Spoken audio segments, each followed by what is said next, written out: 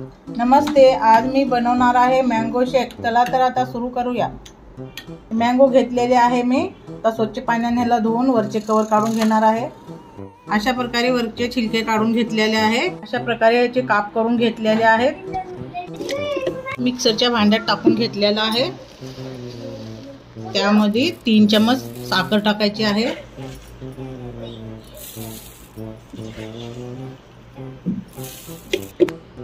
त्यामध्ये बर्फ टाकून घ्यायचा आहे।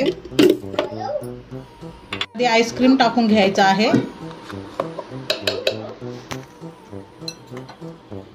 आता मिक्सर मधून याला काढून घ्यायचं आहे। मिक्स केलेला आहे। आता त्यामध्ये दूध टाकायचं आहे। आता आणखीन एक वेळेस याला मिक्सर मध्ये फिरवून घ्यायचं आहे। काजू बदामचे त्यावरती असे काप टाकून घ्यायचे आहेत। काप केलेले आहेत ते।